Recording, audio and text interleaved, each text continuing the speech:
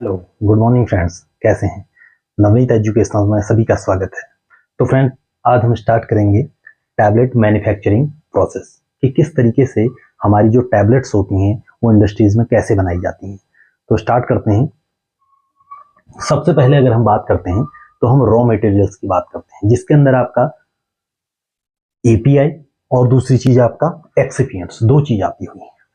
जो एपीआई और आपकी एक्सिपिएंट्स हैं, एपीआई तो कहने का मतलब है जिसमें आपका मेनली ड्रग होता है, और जो मेडिसिन, जैसे आपके पास कोई पैरासीटामोल का टैबलेट है तो उसमें पैरासीटामोल की बात करेंगे तो एपीआई होगा, या अगर आप डाइक्लोफिनेक की बात करते हैं तो डाइक्लोफिनेक जो होगा वो आपका एपीआई होगा। और जो एक्सिपिएंट्स, जो उसके बल्क को, जो उसको सेप देने के लिए जो हम यूज करते हैं, उन्हें हम क्या बोलते हैं? एक्सिपिएंट्स। तो अदर देन एक्टिव इंग्रेडिएंट्स, जो एक्टिव है उसके अलावा जो हम कहते हैं उसे हम बोलते हैं एक्सिपिएंट्स। तो फ्रेंड्स, सबसे पहले क्या किया जाता है? एपीआई और एक्सिपिएंट्स को दोनों को क्या किया जाता है? वे किया जाता है। ठीक है, तो पहले हम क्या करेंगे? वे करेंगे। जब डिस्पेंसिंग एरिया से कोई भी चीज आ जाती है तो हम उसको सबसे पहले वेइंग करेंगे, और वेइंग करने के बाद हम क्या करेंगे? उसको ग्रेनुलेशन एरिया के लिए ले जाएंगे। ठीक है, जहां पर ग्रेन्यूल्स फॉर्मेशन होंगे, क्योंकि जब हम टैबलेट की बात करते हैं तो टैबलेट को पहले जो पाउडर्स होता है, जो एक्सिपिएंट्स है, जो एपीआई है, उसको हम सबसे पहले क्या करते हैं? ग्रेन्यूल्स की फॉर्म में लाते हैं, जिससे कि उसकी फ्लो प्रॉपर्टी और जिससे कि उसकी बाइंडिंग प्रॉपर्टी बढ़िया रहेगी। तो पहले हम क्या करेंगे? ग्रेन्यूल्स डिपार्टमेंट में जाएंगे, और ग्रेन्यूल्स में अगर बात करते हैं तो सबसे पहले हम सीविंग करेंगे। सीविंग क्या मतलब होता है? कि हम सेपरेट करेंगे जो आपको रिक्वायर्ड पार्टिकल्स हैं, जो रिक्वायर्ड नंबर ऑफ पार्टिकल्स हैं, उसको हम सेपरेट करेंगे by the help of different types of sifters. ठीक है, या सॉरी आप कह सकते हैं जो अलग अलग तरीके की जो सीव होगी, सीव नंबर के अकॉर्डिंग हम क्या करेंगे? जो हमारे रिक्वायर्ड साइज है वो हम उसको सेपरेट कर लेंगे by the help of sieving, या इसको हम क्या बोलते हैं? शिफ्टिंग भी बोलते हैं। उसके बाद जो शिफ्टिंग किया हुआ जो हमारे पास रिजल्टेंट प्रोडक्ट रहेगा, उसको हम आरएमजी के लिए ले जाएंगे, जहां पर ग्रेन्यूल्स बनेगा, क्योंकि हमको ग्रेन्यूल्स चाहिए।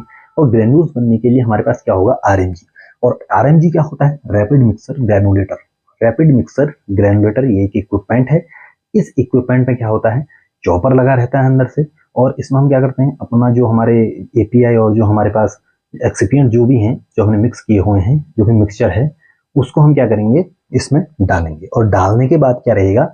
हम इसमें जो भी बाइंडिंग एजेंट, जो भी हम उसको जो बल्क डव बनाने के लिए हम यूज कर रहे हैं, वो मेनली हम इसमें यूज करेंगे, और जिससे की हेल्प से जो लिक्विड मटेरियल रहेगा, जो सॉल्वेंट रहेगा, उसकी हेल्प से क्या होगा? ग्रेन्यूल्स बनेंगे। और ग्रेन्यूल्स क्या होंगे? छोटे छोटे ग्रेन्यूल्स बनने के बाद जब ग्रेन्यूल्स बन जाएगा तो उसमें कहीं ना कहीं मॉइस्चर प्रेजेंट रहता है।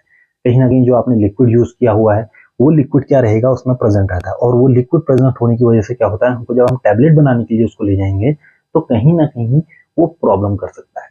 तो इसलिए हमको क्या करना है? पहले ग्रेन्यूल्स, जो वेट ग्रेन्यूल्स हैं, उनको ड्राई करना है। तो सेकंड जो हमारा स्टेप आएगा, जो इसके बाद का स्टेप होगा, वो होगा हमारा ड्राइंग प्रोसेस। ठीक है, तो ड्राइंग क्या करेंगे? अब हम जो ग्रेन्यूल्स रहेंगे, now granules go for drawing. ठीक है, हम इनको क्या करेंगे? ड्राइंग करने के लिए ले जाएंगे। और ड्राइंग कैसे होगा? ड्राइंग हम करेंगे, जो छोटे छोटे आपके पास जैसे ग्रेन्यूल्स हैं, इन ग्रेन्यूल्स को आप क्या करेंगे? ड्राइंग करेंगे। और जब आप इसको ड्राई करेंगे, और ड्राई करने के लिए जो इक्विपमेंट यूज करते हैं वो मेनली हम क्या करते हैं? एफबीडी, जिसको हम बोलते हैं फ्लूइडाइज्ड बेड ड्रायर। और इसका मेन जो प्रिंसिपल रहता है वो क्या करेगा? ये फ्लूइडाइज्ड फॉर्म में ले आएगा पार्टिकल्स को। ठीक है, पार्टिकल्स क्या हो जाएंगे? फ्लूइडाइज्ड फॉर्म में आ जाएंगे, जिससे कि आपका प्रॉपर वे में ड्राइंग हो पाएगी। जब ड्राइंग हो जाता है प्रोडक्ट, जब आपका ड्राइंग पूरी कंप्लीट हो जाएगी, तो ड्राइंग करने के बाद आप क्या करेंगे? आप उसको फिर से हम सीविंग करते हैं। ठीक है, फिर से हम उसको शिफ्टिंग करते हैं। और शिफ्टिंग करने के बाद आपका जो ग्रेन्यूल्स होगा, जो हमको ग्रेन्यूल्स मिलेंगे शिफ्टिंग करने के बाद, उन ग्रेन्यूल्स को हम क्या करेंगे? ब्लेंड करने के लिए ले जाएंगे। देखो फ्रेंड्स, हमने जो एक्सिपिएंट पहले मिलाए हुए थे और जो अब एक्सिपिएंट्स हम मिलाएंगे, कुछ एक्सिपिएंट्स हम अभी मिलाएंगे, जैसे हमारे पास लुब्रिकेंट्स होता है, हमारे पास ग्लाइडेंट्स होते हैं। ये क्या करते हैं? कहीं ना कहीं जो ग्रेन्यूल्स है उसके फ्लो प्रॉपर्टी के लिए रिस्पॉन्सिबल रहते हैं, उसकी फ्लो प्रॉपर्टी को बढ़ाएंगे। तो ये फ्लो प्रॉपर्टी को बढ़ाएंगे तो वहां पर हम क्या करेंगे? ग्रेन्यूल, क्योंकि अगर हम उसको पहले यूज करेंगे तो बाइंड हो जाएगा ग्रेन्यूल्स के अंदर, उसकी इतनी प्रॉपर्टी शो ही नहीं हो पाएगी। तो उसका अपना रोल है कि वो जो ग्रेन्यूल्स हैं उसके बीच में अगर हम बात करते हैं कोहेसन प्रॉपर्टी, उस कोहेसन प्रॉपर्टी को जो आपस में चिपक जाएगा ग्रेन्यूल, जिससे कि चिपकने के बाद जब आपका जो ग्रेन्यूल्स, दो पार्टिकल्स आपस में अटैच्ड हो जाएंगे, उससे क्या होगा? जो कहीं ना कहीं एक मास बन जाएगा, एग्रीगेट बन जाएगा, और जिससे कि जो वॉपर होगा उससे प्रॉपर वे में वो फ्लो नहीं हो पाएगा। ठीक है, तो यूनिफॉर्म नहीं हो पाएगा, यूनिफॉर्मिटी नहीं मिल पाएगी उसकी फ्लो प्रॉपर्टीज के लिए। इसलिए हम क्या करते हैं, फिर यहाँ पर हम फिर से ब्लेंडिंग करते हैं और ब्लेंडिंग यहाँ पर हम एक्सिपिएंट्स लेते हैं, जिसमें ग्रेन्यूल्स प्लस एक्सिपिएंट्स और ग्लाइडेंट्स हम उसमें यूज करेंगे या लुब्रिकेंट्स। अब बात करते हैं नेक्स्ट में, जब आपका ग्रेन्यूल्स जो है वो पूरी तरीके से तैयार हो जाएगा, तो हम मेनली इसमें क्या करते हैं, ब्लेंडर्स यूज करते हैं, double cone blender, V cone blender, conta blender mainly हम यूज करते हैं इंडस्ट्रीज में, ठीक है। और उसके बाद आप क्या करेंगे, जो हमारे पास ग्रेन्यूल्स आए हुए हैं उसको हम टैबलेट के लिए ले जाएंगे। नाउ यहाँ पर से जो प्रोसेस रहेगी वो टैबलेट के लिए रहेगी। अब हम टैबलेट के लिए हम जाएंगे, ठीक है। तो टैबलेट में क्या होगा, टैबलेट एरिया में जहां पर कंप्रेशन एरिया होगा वहां पर एक कंप्रेशन मशीन लगी रहेगी, जिसमें दो पंचेस होंगे, अपर पंच एंड लोअर पंच, ठीक है। अपर पंच और लोअर पंच के जब आपस में प्रेसिंग होती है तो बीच में डाई रहती है, तो उस डाई के अकॉर्डिंग जो टैबलेट होता है उसको शेप मिलता है, ठीक है। तो डाई के अकॉर्डिंग शेप मिलेगा और टैबलेट आपकी फॉर्मेशन हो जाएगी पंच के दौरान, ठीक है। जो उसमें फोर्स लगेगा उससे हमको जो पार्टिकल्स होंगे वो एक साथ क्या हो जाएंगे, कॉम्पैक्ट फॉर्म में आ जाएंगे और हमको टैबलेट मिल जाएगा। अब टैबलेट मिलने के बाद हम क्या करते हैं, टैबलेट को कई बार ऐसे होते हैं जो टैबलेट हमारी कोटेड होती हैं और कई बार अनकोटेड टैबलेट भी होती हैं। नॉर्मली अगर हम बात करते हैं, जैसे हमारे पास अनकोटेड टैबलेट होती हैं तो हम डायरेक्टली इसके बाद हम सीधे पैकिंग के लिए चले जाते हैं। लेकिन अगर हमको कोटिंग करनी है, जैसे एंटाइक कोटेड है या आपको किसी कलर की कोटिंग करनी है, ठीक है, या आपको हो सकता है स्टेबिलिटी के लिए उसके टेस्ट को मास्क करना है, उसके टेस्ट अगर बीटर है तो उसको टेस्ट उसका मास्क करना है, तो हम क्या कर देते हैं, कहीं ना कहीं कोटिंग के लिए जाते हैं। तो कोटिंग करने के लिए जब हम जाएंगे तो वहां पर हमारे पास अलग अलग तरीके के कोटर्स यूज होते हैं। जैसे हम मेनली हमारे पास क्या रहता है, न्यू कोटर यूज होता है, जिसमें हमारे पास क्या होते हैं, स्प्रेज होती हैं, जेट गन्स होती हैं, bye the help of these उससे क्या होता है, हमारी कोटिंग होती है। कोटिंग करने के बाद जब हमारा कोटिंग प्रोसेस पूरा हो जाता है और कोटिंग करने के बाद हम हमारा टैबलेट ड्राइड होने के बाद हमको मिल जाता है, तो हम क्या करेंगे, उसको अब पैकिंग एरिया के लिए ले जाएंगे जहां पर इसकी पैकिंग की जाएगी। तो पैकेजिंग के लिए हम क्या यूज करते हैं, ब्लिस्टर्स यूज करते हैं और मेनली हमारे पास क्या होते हैं, स्ट्रिप्स यूज करते हैं।